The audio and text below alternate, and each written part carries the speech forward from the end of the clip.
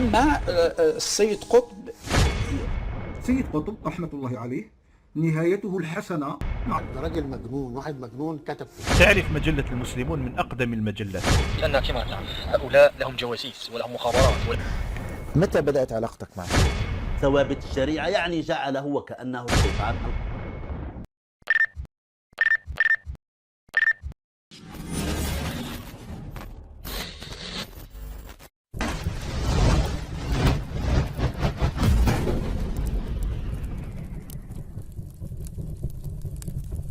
السلام عليكم ورحمة الله وبركاته. حياكم الله إخواني الكرام. إكمالا لما بدأناه في الحلقة الأولى حول مناقشة سليم محمدي وفقه الله، وهو أحد الأئمة في بلادنا الجزائر، نواصل هذه المرة مسير النقاش ونتناول قضية خطيرة جدا، وهي قضية سيد قطب. للأسف ليس سليم وحده من تكلم في هذه القضية من أئمة المساجد، وإنما فيه الكثير من الأئمة، وهذا إمام آخر أذكره على سبيل المثال وهو عبد الوهاب الجزائري. السلام عليكم. ذكرنا في الحلقة الماضية أن ربيع المدخلي ألف كتابا بعنوان أضواء إسلامية نسب إلى سيد قطب الكفر والإلحاد والزندقة والتشكيك بثوابت الشريعة، يعني جعله وكأنه الشيطان الأكبر. أنا لا أحجر واسعا ولا أضيق على الأئمة في الحديث عن هذه القضايا، وإنما أنكر عليهم توريط العامة وتوريط الشباب في قضايا متعلقة بالتكفير والإرهاب.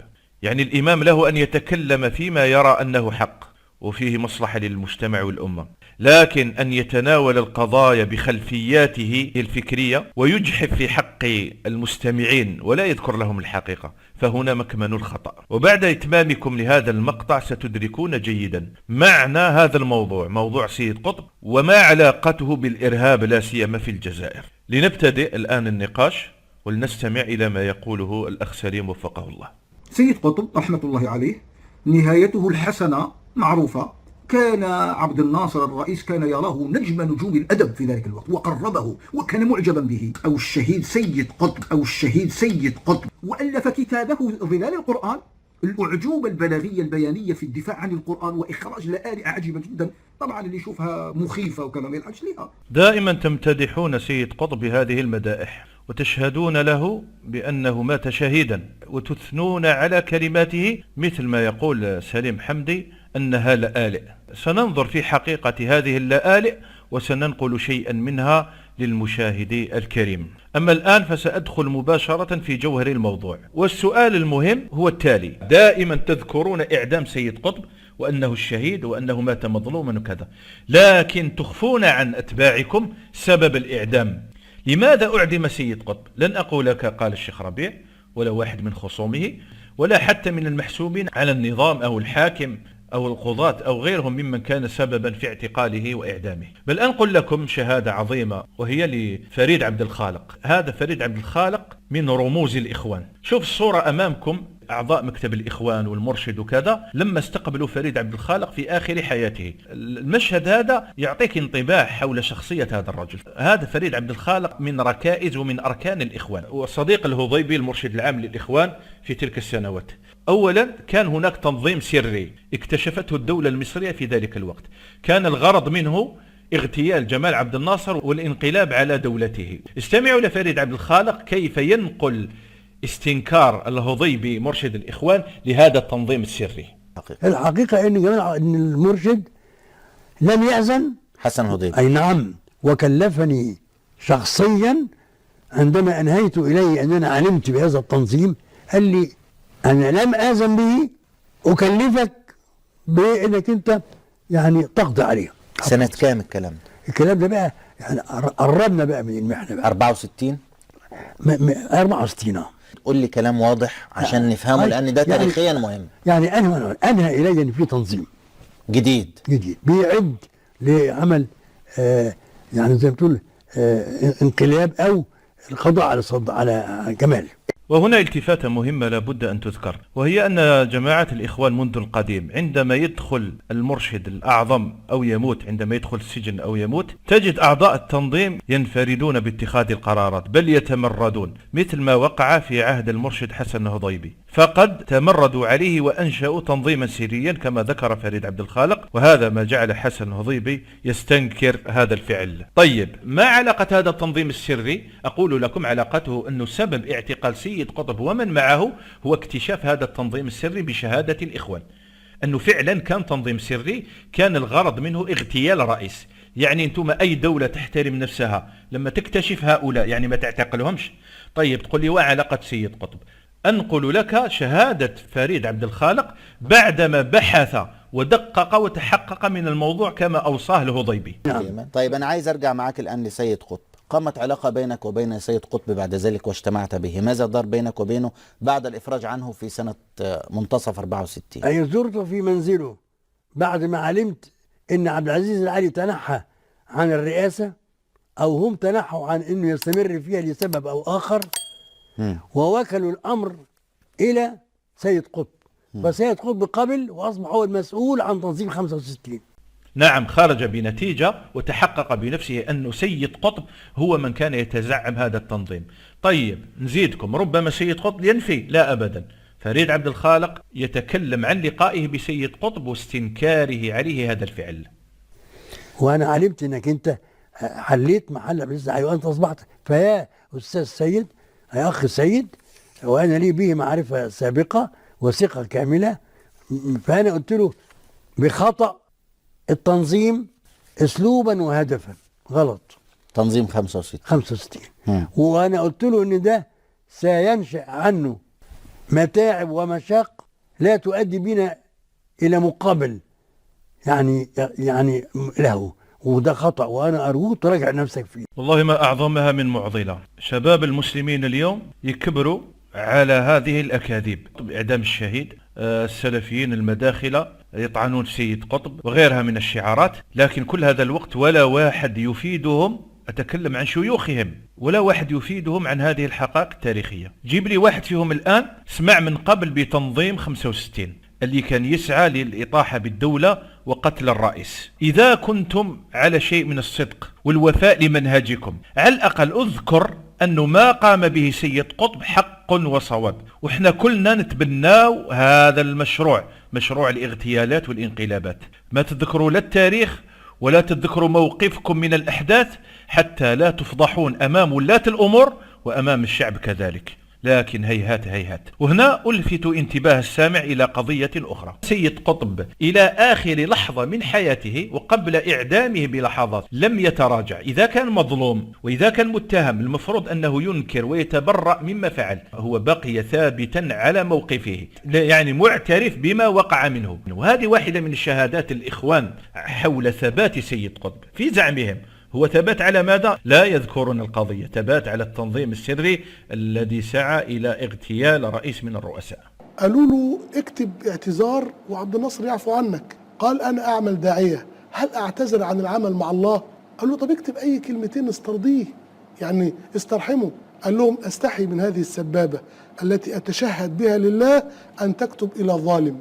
قال له طب اكتب بالتورية. قال التورية لا تجوز في العقائد والقادة لا يأخذون بالرخص. نعم، للأسف هكذا يدغدغون أحاسيس الشباب بمثل هذه المرويات، وكأنهم يتحدثون عن فاتح الأندلس، وهي نفسها خطابات الجهاديين وقيادات العمل المسلح منذ القديم. ها هو أمامكم زعيم الجهاديين الأقدم بلا خلاف، وهو عبد الله عزام. استمعوا إليه في هذا المقطع النادر كيف يشيد بسيد قطب وينقل نفس ما نقله هذا الإخواني محمد الصغير. الذين وقفوا أمام الطاغوت في عنفوانه وأمام الظلم في قمة مجده، الأستاذ سيد قطب رحمه الله، الذي عرضت عليه الوزارة من وراء القضبان وكان يردد كلمته الخالدة: إن إصبع السبابة الذي يشهد لله بالوحدانية في الصلاة لا يرفض أن يكتب حرفا واحدا يقر به حكم طاغية. نعم، هي مقاطع وحقائق يخفيها عنك هؤلاء.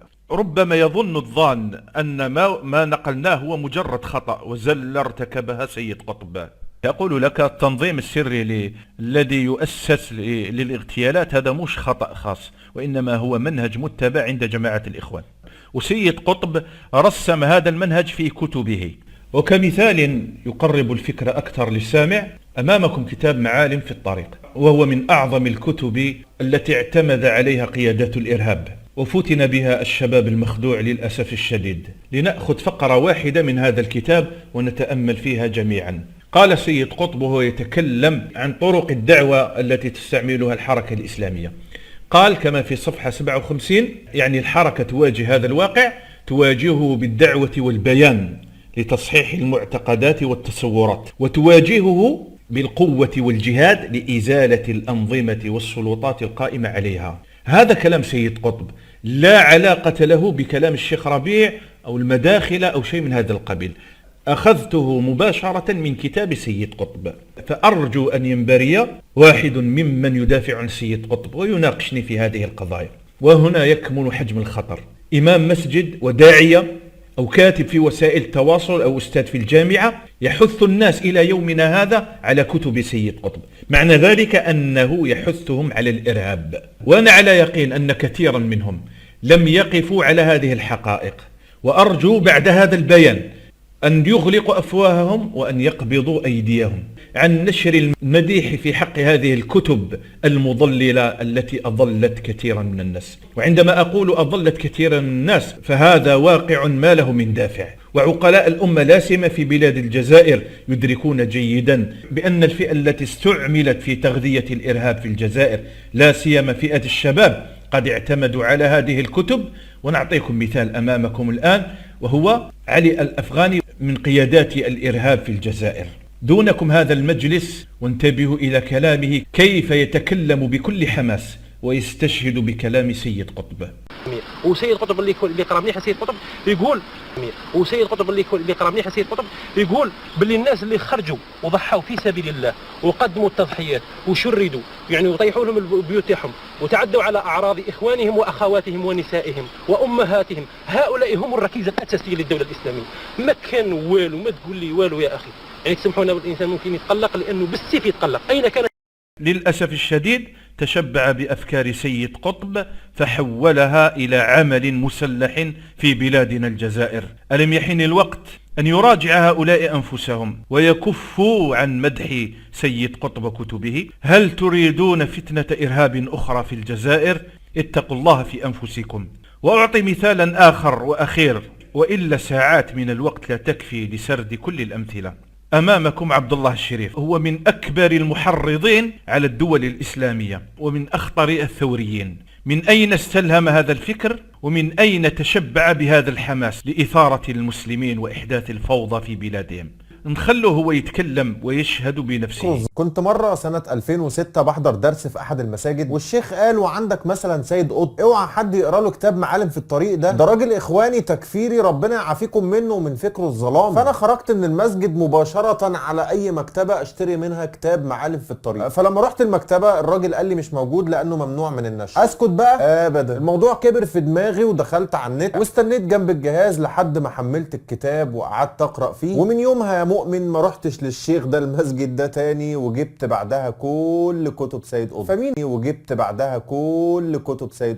الفطناء من الناس سيدركون لا محالة أن هذه النفسية الهائجة ما تكونت إلا بعد دراسة لكتب سيد قطب. موش القضية متعلقة بخطأ أو تقرير واحد ذكره سيد قطب في بعض كتبه أو زلة لسان أو قلم يحذر منها ولا يحذر منه كما يقرر الكثير من الدعاة، بل هي تأصيلات تكررت في جميع الكتب التي ألفها سيد قطب. من أجل هذا تكونت هذه الشخصيات الإرهابية في مجتمعاتنا. ولأقرب الفكرة أكثر نأخذ فقرة أخرى ذكرها سيد قطب في كتابه في الظلال: إن هذا الدين لا يقوم إلا بجهد وجهاد ولا يصلح إلا بعمل وكفاح. ثم قال: ولرد المغتصبين لسلطان الله عما اغتصبوه من هذا السلطان ولإقامة شريعة الله في حياة الناس. لا بد من جهد. هنا يقسم الجهد إلى قسمين: الأول بالحسنى حين يكون الظالمون أفرادا ضالين، يعني أفراد المجتمع يدعون بالحسنى يحتاجون إلى الإرشاد والإنارة. وبالقوة حين تكون القوة الباغية في طريق الناس هي التي تصدهم عن الهدى. سيد قطب يتكلم عن القوة التي يستعملها الدعاة، لا هو يتكلم على دول ولا جيوش تستعمل القوة، بل يتكلم عن الجماعة الإسلامية أنها تستعمل القوة في وجه الحكام.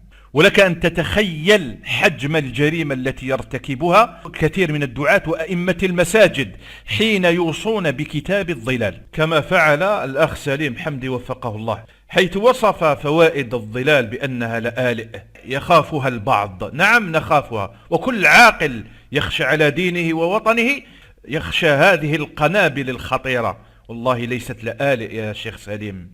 وألف كتابه ظلال القرآن، الأعجوبة البلاغية البيانية في الدفاع عن القرآن وإخراج لآلئ عجيبة جدا، طبعا اللي يشوفها مخيفة وكلام يلحق. ونعطيكم مثال آخر، الأستاذ الدكتور بالخير الطاهري الإدريسي وفقه الله يحاضر ويدرس في مساجد الجزائر وفي جامعاتها. استمعوا إليه كيف يثني على هذا الكتاب وكيف يصور المسألة ويحصرها وكأن سيد قطب كان يدعو فقط لتحكيم الشريعة، ومن منا لا يرضى بتحكيم الشريعة، ومن منا لا يأمل أن يمن الله على المسلمين بتحكيم الشريعة في يوم من الأيام.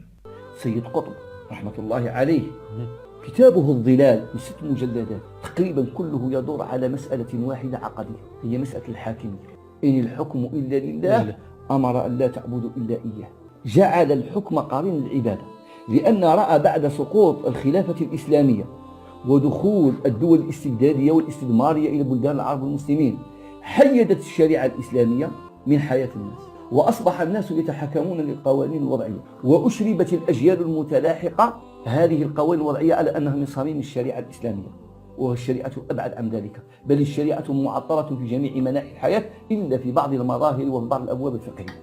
فهو أراد أن يبعث من جديد فكرة الحاكمية، أن يتحاكم الناس لكتاب الله عز وجل، فهذا الحاكمية جزء من العقيدة، فهو أراد أن يجدد قضية قد اندرست. سيد قطب يا أستاذ بالخير دعا إلى تحكيم الشريعة وجعل طرقا ومناهج ومسالك لتحكيم الشريعة، وعلى رأسها إعلان الجهاد ومنازعة السلاطين والحكام بالقوة والتوصية بإنشاء التنظيمات السرية.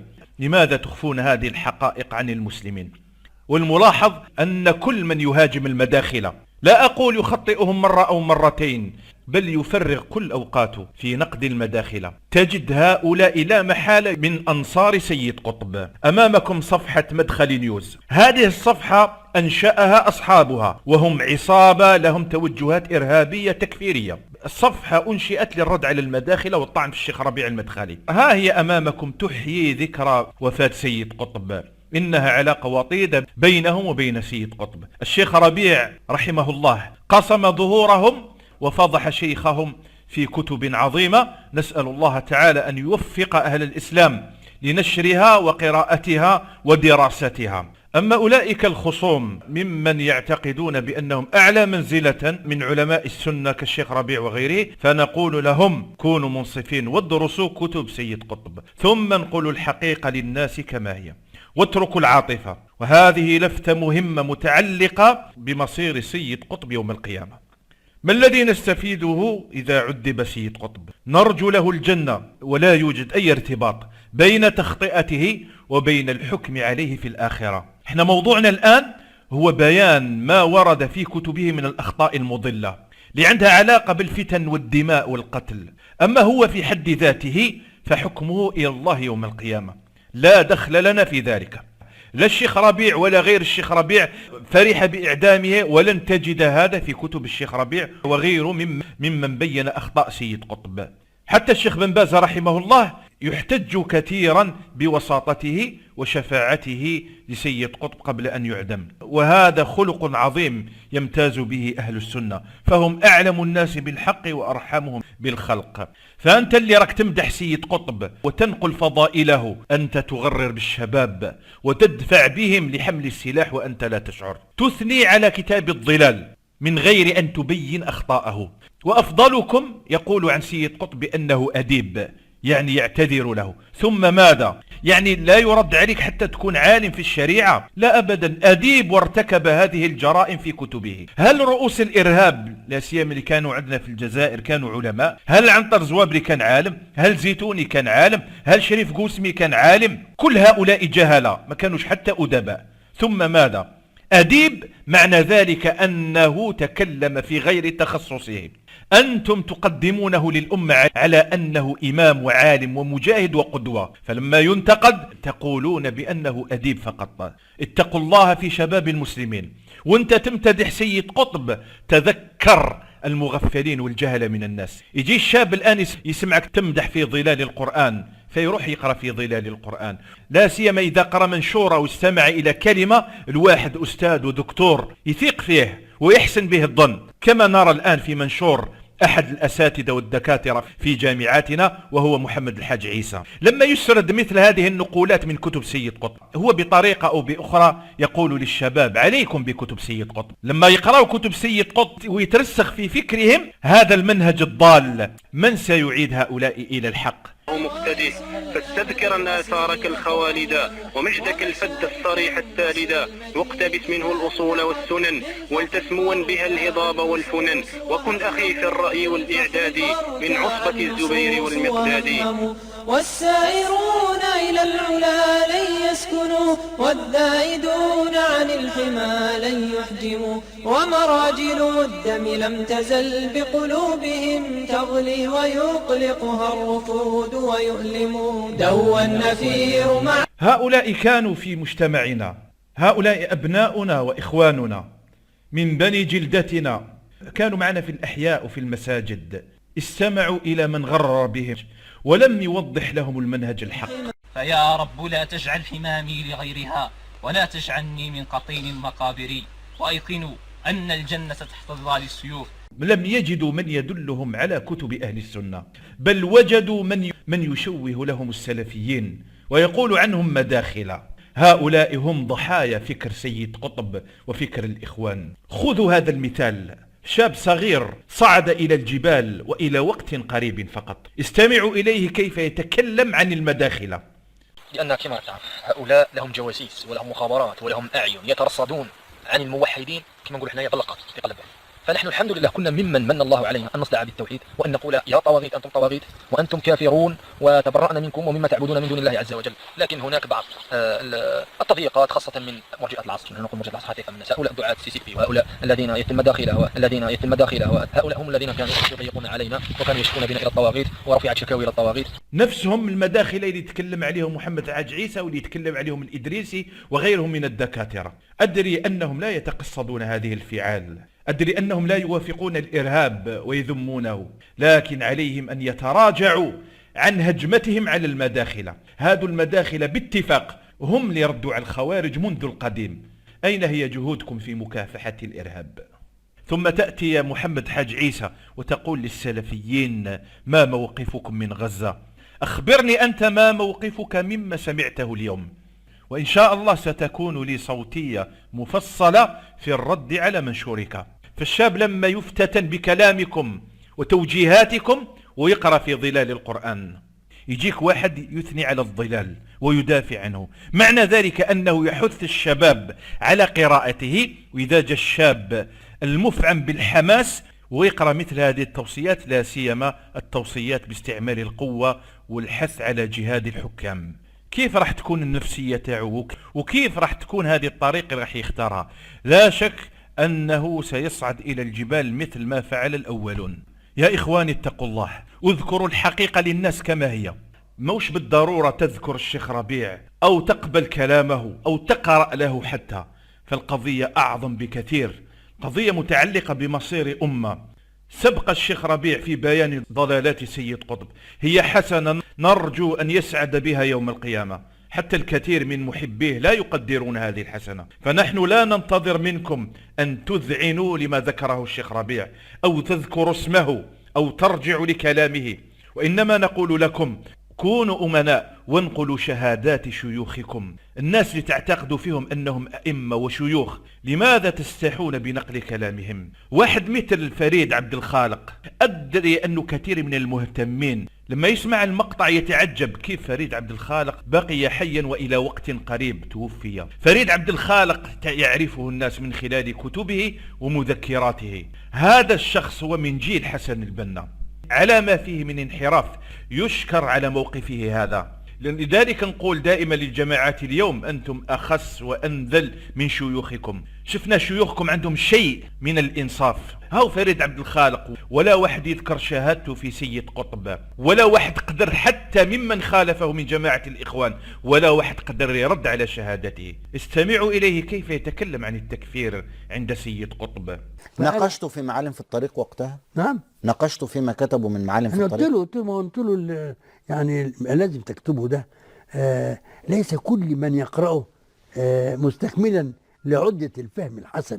في شباب خصوصا اللي كانوا في رحم السجن معذبين، وزي ما تقول تعذيب وشدة ورثهم نوع من عدم الثقة في الناس إلى درجة الكفر. قالوا يعني إن التعذيب ده وسوء المعاملة دي والإعدامات ديت اللي عمرها ما حصلت في مصر بهذا العدد، دي ناس فضلاء وعلماء يعني كفروهم. نعم، صدق فريد عبد الخالق. فالشباب لا يتحكمون في عواطفهم. جاءت كتب سيد قطب فحركت مشاعرهم، لا سيما من كان في السجون منهم. هل فريد عبد الخالق فقط من ذكر هذا؟ للأسف ذكره آخرون. يعني كثرة النقولات والشهادات تخليك مندهش مما ينقل اليوم. حصر القضية في الشيخ ربيع المدخلي، وكأنه القضية متعلقة بالشيخ ربيع، مع أنه أصل القضية لا علاقة للشيخ ربيع المدخلي فيها. هب أن الشيخ ربيع أخطأ في حق سيد قطب أو جانب الصواب في بعض المسائل، نقول هذا تنزلا، وإلا كل ما قاله الشيخ ربيع هو مستند لحقائق تاريخية موجودة في كتب سيد قطب. نقول تجوزا هب أن الشيخ ربيع أخطأ، اجتهد فأخطأ في بيان هذا الضلال الكبير. اتركوا الشيخ ربيع واتركوا كل الشبه التي ذكرتموها حول كلامه في سيد قطب. هناك قضية جوهرية متعلقة بفكر سيد قطب ذكرها المحب والمبغض. أرواح ناقشون في هذه القضايا ولن تفعلوا. نتحدى أي واحد فيكم، إمام أو دكتور أو أستاذ، يجي يناقش في مثل هذه القضايا ويخرج الآن ويتبنى كل هذه الأفكار. لن يقع هذا، اللهم إلا من منصف يخرج الآن ويقول لم أقف على ما ذكرته في هذا المقطع. ما كنتش عارف أنه سيد قطب يكفر المجتمعات ويدعو إلى استعمال القوة والعنف. يوسف القرضاوي زعيمكم الأكبر، وليتوا تحشموا ما تنقلوش كلامه. خليكم من المدخل وسمعوا ليوسف القرضاوي كيف يشهد بنفسه على أن كتب سيد قطب فيها تكفير. أنا كان لي اعتراض على نظرته إلى لفظ الجاهلية هو وصف المجتمعات بالجاهلية أو شيء من هذا القبيل. التكفير ذكرت أنا في كتب بعض الآخر يعني ظنوا أن أنا أفتري عليه أو قلت لهم وجبت لهم بالنصوص من الكتب ونصوص ناطقة. بعدما تكلم يوسف القرضاوي وشهد منذ سنوات طويلة قامت عليه الدنيا يومها، فاضطر إلى بيان التكفير من كتب سيد قطب بالجزء والصفحة، مثل ما فعل في مذكراته المعروفة بابن القرية كما في الجزء الثالث. اقرأوا كلامه بارك الله فيكم. جعل فصولا فيه فقال نصوص من كتب الشهيد سيد قطب، هو يقول عنه شهيد. وينظر إلى الحاشية قال يعز علي والله أن أضع هذه النصوص الناطقة أمام القارئ الكريم، فوالذي نفسي بيده ما أردت أن أسيء إلى رجل قدم عنقه في سبيل الإسلام، ولكنها الأمانة والميثاق. إنها الأمانة والميثاق التي ضيعها دكاترة وأساتذة اليوم. قال نصوص من ظلال القرآن، نصوص من معالم الطريق، نصوص من العدالة الاجتماعية، نفس الكتب التي ذكرها الشيخ ربيع في ردوده. نصوص من كتب الشهيد سيد قطب تحمل تكفير مسلمي اليوم، مش تكفير حكام اليوم، بل تحمل تكفير مسلمي اليوم. فالقضية مش قضية مواجهة الحكام فحسب، وإنما تكفيرهم، بل أكثر من ذلك تكفير المسلمين، وأشد من ذلك تكفير خلاصة المسلمين ممن يؤذن في المساجد. ها هو كلامه في الظلال: لقد استدار الزمان كهيئته يوم جاء هذا الدين إلى البشرية بلا إله إلا الله، فقد ارتدت البشرية إلى عبادة العباد وإلى جور الأديان، ونكصت عن لا إله إلا الله، وإن ظل فريق منها يردد على المآذن لا إله إلا الله دون أن يدرك مدلولها، ودون أن يرفض شرعية الحاكمية التي يدعيها العباد لأنفسهم. ثم قال إلا أن البشرية عادت إلى الجاهلية وارتدت عن لا إله إلا الله. فيه كلام أوضح من هذا؟ البشرية بجملتها بما فيها أولئك الذين يرددون على المآذن في مشارق الأرض ومغاربها كلمات لا إله إلا الله بلا مدلول ولا واقع، وهؤلاء أثقل إثما وأشد عذابا يوم القيامة، ارتدوا إلى عبادة العباد بعدما تبين لهم الهدى، يعني الحجة قائمة عليهم، لذلك كفرهم. سيد قطب يا إخواني ذهب إلى أكثر من هذا، وطعن في مساجد المسلمين وسماها معابد الجاهلية.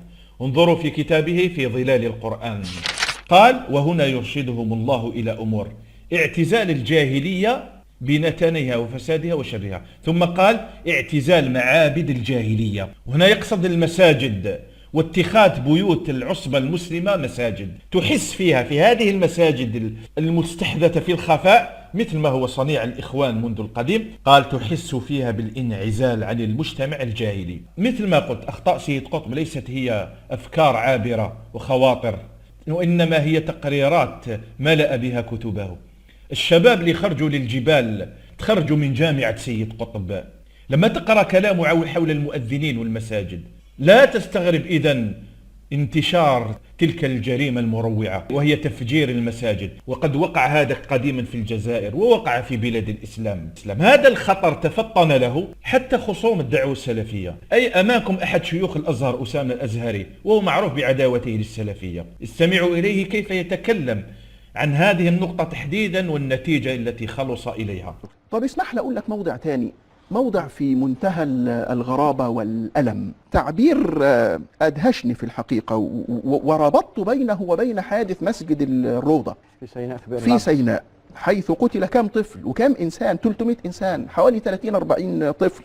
شوف النص العجيب اللي بيقوله، واللي أنا شايف إنه هو ده اللي أنبت حادث الروضة. بيقول لقد استدار الزمان كهيئته يوم جاء هذا الدين إلى البشرية بلا إله إلا الله، فقد ارتدت البشرية إلى عبادة العباد وإلى جور الأديان ونكصت عن لا إله إلا الله، وإن ظل فريق منها يردد على المآذن لا إله إلا الله. البشرية بجملتها بما فيها أولئك الذين يرددون على المآذن في مشارق الأرض ومغاربها كلمات لا إله إلا الله بلا مدلول ولا وقع، وهؤلاء أثقل إثما وأشد عذابا يوم القيامة. خلصت بهذه النتيجة بعد تأمل طويل أن هذا الكتاب، كتاب ظلال القرآن، هو أكبر منجم مولد لفكر التكفير في تاريخنا المعاصر. أدري أن كثير من الشباب ومن المتابعين ومن المستمعين لهذا المقطع سيفجعون من هول ما سمعوا. نعم، لا يقرر هذا إلا رجل مختل في عقله، مستحيل أن واحد في كامل قواه العقلية يتكلم بمثل هذا الكلام. اختل عقله بسبب هذه الأفكار الشيطانية. هذا جنون والله، شهد به حتى قيادات الجهاديين. نبيل نعيم هذا هو مؤسس التنظيم الجهادي في مصر، وكان مشارك في اغتيال السادات. استمعوا إليه ولن تجدوا هذه الحقائق في حسابات ومواقع وقنوات الأساتذة والدكاترة الذين انبروا اليوم للرد على المداخلة، بل حتى في إعلامنا وقنواتنا تلقاه ربما يدلك روبورتاج حول المخدرات، لكن مستحيل تشوف روبورتاج مثل هذا. وإذا كان راح يكون حول الأبرياء السلفيين والمداخلة كما يسمونهم. الأمر خطير جدا. بيعتنق فكر سيد قطب وأنا مختلف معاه، كنت بقول له فكر سيد ده فكر، قلت له سيد قطب ده مجنون، قلت له أنا مش عاوز أقول لك سيد قطب ملوش فكر أو فكر منحرف، ده راجل مجنون، واحد مجنون كتب كتاب، ده راجل مجنون، واحد مجنون كتب كتاب، ده بيقول على كل المسلمين اللي بيقول لا إله إلا الله محمد رسول الله، اللي بيأذنوا واللي بيدخلوا الجامع كفرة. بعد كل هذا تجد الموظف، ولا أقول ولي الأمر لأنني أفرق بين الولي الأمر وبين الموظف عند ولي الأمر.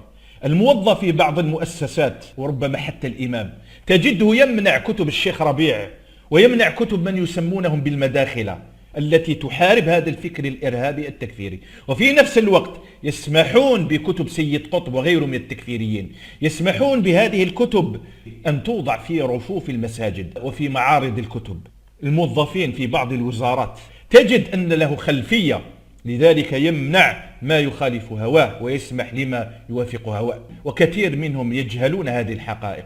يشوف بلي الكلام كثر على الشيخ ربيع والمداخلة، هايا الحل الوحيد أنه أمنع كتب المداخلة، وهذا ظلم وتعدي لا يسمح به حتى ولي الأمر. كاين ولي أمر يحب الخير لشعبه ودولته يسمح بمثل هذه الكتب التكفيرية الإرهابية ويمنع الكتب التي تكشف هذه المخازي. والشيء بالشيء يذكر. هذه شهادة لأحمد مراني، من جهة هو صاحب فكر حركي إسلامي، وكان من القيادات البارزة في الجبهة الإسلامية للإنقاذ، ثم بعد ذلك كان وزيرا للشؤون الدينية. نخلوه يتكلم عن سيد قطب. أما السيد قطب يستعمل العاطفة المسلمين، يستعمل معناه الشعارات البراقة والمخادعة، لأن هذا أنظمة كافرة. بعد كل هذه الحقائق يجي واحد الآن ويزيد يدافع عن سيد قطب. فهمتوا علاش الآن يقال عن فلان، عن داعية أو كاتب يقال عنه قطبي؟ يقال عنه قطبي لأنه تبنى فكر سيد قطب، تقيم عليه الحجة ويقف على هذه الضلالات وبعد ذلك يدافع عنه، فهو قطبي ولا كرامة.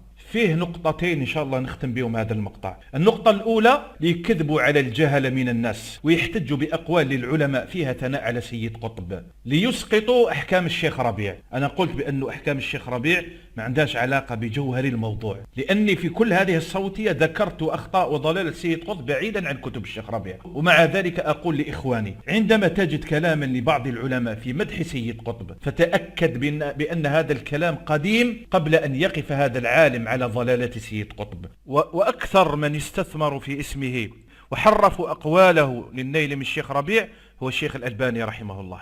وحتى لا أطيل أنقل شهادة تلميذه مشهور حسن اللي هو معروف بعدائه للشيخ ربيع، ومع ذلك استمعوا إلى شهادته. الشيخ عدنان عرعور زار الشيخ الألباني وقرأ عليه مقدمات لماذا أعدمون، فلما سئل الشيخ عن كلامه فكان الشيخ يقول كأننا درسنا العقيدة معا. لما قدر الله فيما بعد وقرأنا بقية الكتاب ووجدنا العقيدة اللي بيتكلم عنها شيء آخر غير عقيدتنا، وقد نبه على هذا وعلى ضلالات سيد قطب في العقيدة الشيخ ربيع ابن هادي المدخلي حفظه الله، وقد أحسن وأجل.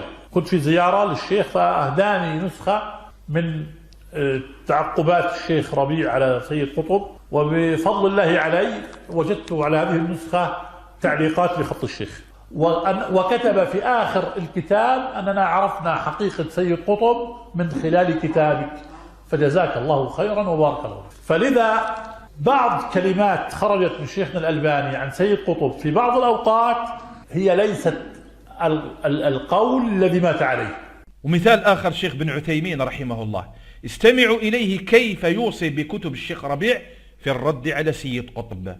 خيرا مطالعتي لكتب سيد قطب قليلة ولا أعلم عن حال الرجل، لكن قد كتب العلماء في ما يتعلق بمؤلفه في التفسير إلى القرآن، كتبوا ملاحظات عليه مثل ما كتبه الشيخ عبد الله التونسي رحمه الله، وكتب أخونا الشيخ ربيع المدخلي ملاحظات عليه على سيد قطب في تفسير وفي غيره. في بداية الأمر في من العلماء من دافع عن سيد قطب، لكن بعد تأليف الشيخ ربيع للكتب وبعد وقوف هؤلاء العلماء على هذه النصوص الواضحة ما كان منهم إلا الإذعان لهذا الحق الذي ورد في كتب الشيخ ربيع. النقطة الثانية أنني ركزت في هذا المقطع على خطأ واحد من أخطاء سيد قطب وهو التكفير والخروج. أما باقي الأخطاء الكثيرة التي يندى لها الجبين فسأتركها في مواضع أخرى، ومنها سب أصحاب رسول الله صلى الله عليه وسلم. قل لي كيف امتدحوا لنا كتب سيد قطب وفيها كل هذه البلاوي؟ نعم هذه الحقيقة. أمامك محمود شاكر رحمه الله من أعظم وكبار أدباء العالم الإسلامي، ما عنده علاقة لا بالمداخل ولا شيء. هذا انتقد سيد قطب سنة 1952 في مجلة المسلمون في قضية سب الصحابة، ثم طبع الكتاب مستقل. نأخذ لك من كلامه في كتابه؟ لا أبدا، بل نأخذ لك من كلام سيد قطب مباشرة في كتابه العدالة الاجتماعية. انظر إلى كلامه في عثمان رضي الله عنه، هذا الخليفة الراشد. تأمل وسل ربك العافية، يتكلم عن مقتل عثمان والثورة الباغية الظالمة التي أزهقت روحه رضي الله عنه وأرضاه. قال: تلك الثورة في عمومها كانت ثورة من روح الإسلام، وذلك دون إغفال لما كان وراءها من كيد اليهود. يعني يقر بأنها كيد من اليهود ابن سبأ، ومع ذلك ينسبها للإسلام. قال: مضى عثمان إلى رحمة ربه وقد خلف الدولة الأموية قائمة بالفعل بفضل ما مكن لها في الأرض، وبخاصة في الشام، وبفضل ما مكن من الذي مكنه؟ هو عثمان رضي الله عنه، للمبادئ الأموية المجافية لروح الإسلام. فيه واحد مسلم لا يغار على الصحابة؟ فيه واحد مسلم بعدما يقف على هذه المطاعن في أصحاب رسول الله يجي دافع على السيد قطب وينتصر لأفكاره، ويرضى لأستاذ أو شيخ من شيوخه أنه يثنيل على سيد قطب ثم يسكت في آخر هذه الجولة؟ هل صدق الشيخ ربيع أم كذب حين قال هو مكيدة؟ يا شباب، أكبر مكيدة لكم هو منهج سيد قطب. أكبر مكيدة، المكائد كثيرة، لكن منهج سيد قطب والله أكبر مكيدة. هل فهمت الآن يا من تقول لماذا تدافع عن الشيخ ربيع أو تستكثر ردودي ودفاعاتي عن هذا الإمام؟ أنا والله لا أدافع عن شخصه، وإنما أدافع عن الحق الذي حمله وحفظناه عنه بالأدلة والبراهين. فلم أكن ولن أكون مقلدا للشيخ ربيع، وإنما أنصر الحق الذي دعا إليه، هكذا تعلمنا منه. فهل سينصف الآن العقلاء هذا الشيخ الذي تفطن لفتنة الإرهاب قبل أن يتفطن لها أكثر الناس؟ هذا ما تعلق بقضية سيد قطب. أما الشبه المثارة حول ردود الشيخ ربيع التي ذكرها سليم حمدي وغيره، ومنها مدح الشيخ ربيع لسيد قطب وكذا قضية الثانوية وغيرها من الشبه التافهة، فسأخصص لها صوتية أخرى إن شاء الله. أسأل الله تعالى أن يحفظ بلادنا وبلاد المسلمين من فكر الخروج والإرهاب.